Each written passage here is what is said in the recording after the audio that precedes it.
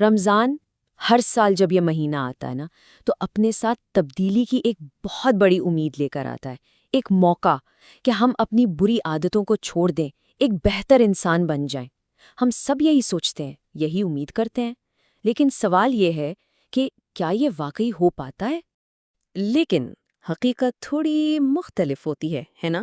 اکثر ہوتا یہ ہے کہ جیسے ہی عید کا چاند نظر آتا ہے ہم وہیں واپس آ جاتے ہیں جہاں سے شروع کیا تھا، اپنی انہی پرانی عادتوں میں۔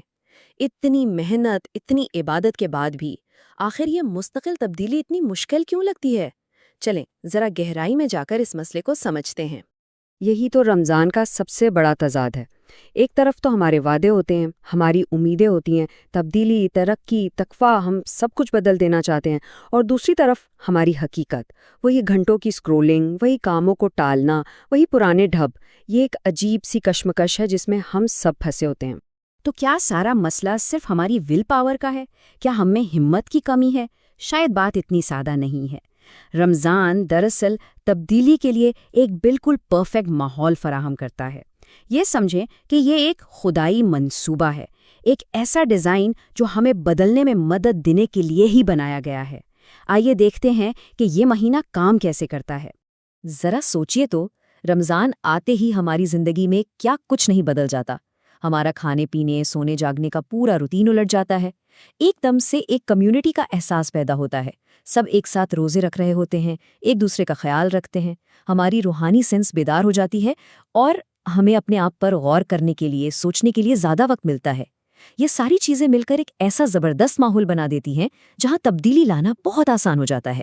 اور یہ صرف کوئی روحانی بات نہیں ہے، اس کے پیچھے باقاعدہ سائنس ہے۔ جب ہمارا روزمرہ کا روٹین ٹوٹتا ہے نا تو یہ ہمارے دماغ کے لیے ایک سگنل ہوتا ہے۔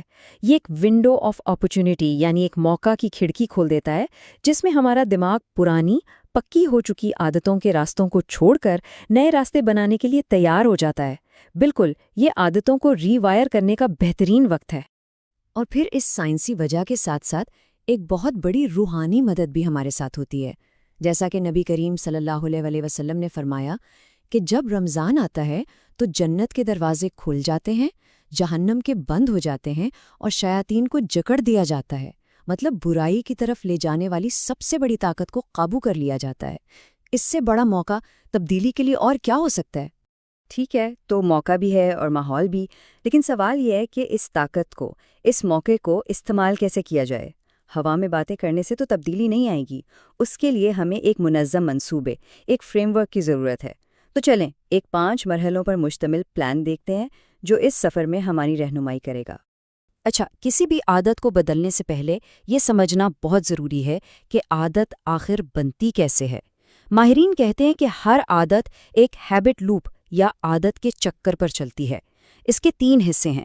پہلا ہے کیو یعنی اشارہ، دوسرا ہے روٹین یعنی ہمارا عمل یا معمول، اور تیسرا ہے ریوارڈ یعنی انعام۔ اشارہ ملتا ہے، ہم وہ کام کرتے ہیں، اور اس کے بدلے میں جو انعام ملتا ہے وہ ہمارے دماغ کو سکھاتا ہے کہ بھئی یہ کام دوبارہ کرنا ہے۔ تو یہ رہا ہمارا پورا روڈ میپ۔ ہم رمضان کو 5 حصوں میں بانٹیں گے۔ پہلے 3 دن ہم صرف اپنی عادتوں کا جائزہ لیں گے، انہیں سمجھیں گے۔ پھر چوتھے سے 7ویں دن تک ہم بری عادتوں کے لیے اچھے متبادل ڈھونڈیں گے۔ اس کے بعد دوسرے عشرے میں ہم ان نئی عادتوں کو اپنی زندگی میں پکا کریں گے۔ پھر آخری عشرے کی طرف بڑھتے ہوئے ہم یہ سیکھیں گے کہ اگر کوئی غلطی ہو جائے تو اس سے کیسے نمٹنا ہے، اور بالکل آخر میں ہم اس تبدیلی کو ہمیشہ کے لیے قائم رکھنے کی بنیاد ڈالیں گے۔ اور یہاں ایک بہت ہی اہم نقطہ ہے سمجھنے والا۔ بری عادتوں سے صرف جان نہیں چھوڑائی جا سکتی، انہیں خلا میں نہیں چھوڑا جا سکتا۔ تبدیلی کا اصل راز انہیں ختم کرنے میں نہیں، بلکہ انہیں ایک بہتر، ایک مثبت عادت سے بدلنے میں ہے۔ ایک ایسی عادت جو اس پرانی عادت والی ضرورت کو اچھے طریقے سے پورا کرے۔ چلیں ایک مثال سے سمجھتے ہیں۔ فرض کریں اشارہ یا کیو ہے شام کی بوریت۔ اب آپ کا پرانا روٹین کیا ہے؟ فون اٹھا کر بے مقصد سکرولنگ شروع کر دینا۔ لیکن ذرا سوچیں، اس کے پیچھے اصل ضرورت کیا ہے؟ شاید تھوڑی تفریح یا لوگوں سے جڑے رہنے کا احساس۔ تو اس کا نیا بہتر روٹین کیا ہو سکتا ہے؟ بہت آسان، کیوں نہ 5 منٹ کے لیے کسی دوست یا گھر والے کو فون کر لیا جائے۔ دیکھیں، ضرورت وہی پوری ہوئی، لیکن کتنے مثبت انداز میں۔ اچھا، اب نئی عادتوں کو پکا کیسے کیا جائے؟ اس کا سب سے بہترین طریقہ یہ ہے کہ آپ اپنی نئی عادت کو کسی پرانی پکی عادت کے ساتھ جوڑ دیں، اور رمضان تو ایسے بہترین اینکر پوائنٹ سے بھرا ہوا ہے۔ جیسے ہی افطار کے لیے گھر پہنچیں، مغرب سے پہلے کا وہ قیمتی وقت، تراویح سے واپسی پر، یا پھر سحری سے پہلے کی وہ خاموشی، یہ سب بہترین مواقع ہیں اپنی نئی عادتوں کو پریکٹس کرنے کے۔ اور ایک بات یاد رکھیں، اس پورے سفر میں آپ سے غلطیاں ہوں گی، کبھی نہ کبھی آپ پھسلیں گے، یہ بالکل نارمل ہے۔ لیکن ہمارا دین ہمیں مایوسی نہیں سکھاتا۔ یہ حدیث ہمیں یاد دلاتی ہے کہ ہم سب خطا کار ہیں، لیکن بہترین وہ ہیں جو غلطی کے بعد توبہ کر لیں، جو گر کر دوبارہ اٹھ کھڑے ہوں۔ اصل چیز ہمت نہ ہارنا ہے۔ اچھا جی، رمضان تو گزر جائے گا، اب آتا ہے سب سے بڑا، سب سے مشکل سوال۔ جو کچھ ہم نے اس مہینے میں سیکھا، جو محنت کی، اسے عید کے بعد کیسے قائم رکھا جائے؟ مستقل مزاجی کیسے لائی جائے؟ سائنس کیا کہتی ہے اس بارے میں؟ ریسرچ بتاتی ہے کہ کسی بھی نئی عادت کو آٹومیٹک بننے میں، یعنی اس کو پکا ہونے میں اوسطاً 66 دن لگتے ہیں۔ جی 66 ڈیز۔ اس کا مطلب کیا ہوا؟ مطلب یہ کہ 30 دن کا رمضان تو صرف ایک شروعات ہے، یہ آدھے راستے سے بھی کم ہے۔ اصل کام تو ابھی باقی ہے۔ تو ہمیں اپنا مائنڈ سیٹ بدلنا ہوگا۔ رمضان منزل نہیں ہے، رمضان ایک لانچ پیڈ ہے۔ یہ وہ جگہ ہے جہاں سے ہمارا تبدیلی کا سفر پوری رفتار سے شروع ہوتا ہے۔ یہ وہ 30 دن ہیں جو ہمیں آگے کے لمبے سفر کے لیے تیار کرتے ہیں۔ تو اس سفر کو جاری رکھنے کے لیے 3 بہت ہی عملی حکمت عملیاں ہیں۔ پہلی، روزانہ اپنی نیت کو تازہ کرنے کا معمول بنائیں۔ اپنے آپ کو یاد دلائیں کہ آپ یہ سب کیوں کر رہے ہیں۔ دوسری، ہر ہفتے اپنی کارکردگی کا جائزہ لیں، دیکھیں کہ کیا صحیح ہو رہا ہے اور کہاں بہتری کی ضرورت ہے۔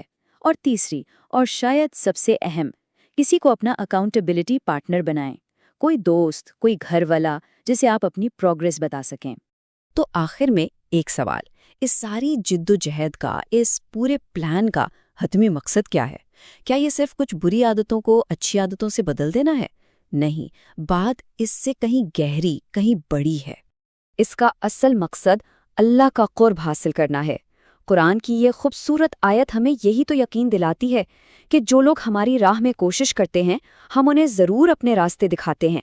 تو یاد رکھیں، اپنی عادتوں کو بدلنے کی یہ کوشش صرف سیلف ہیلپ نہیں ہے، یہ جہاد ہے، یہ ایک عبادت ہے، اور اللہ ہمیشہ نیکی کرنے والوں کے ساتھ ہوتا ہے۔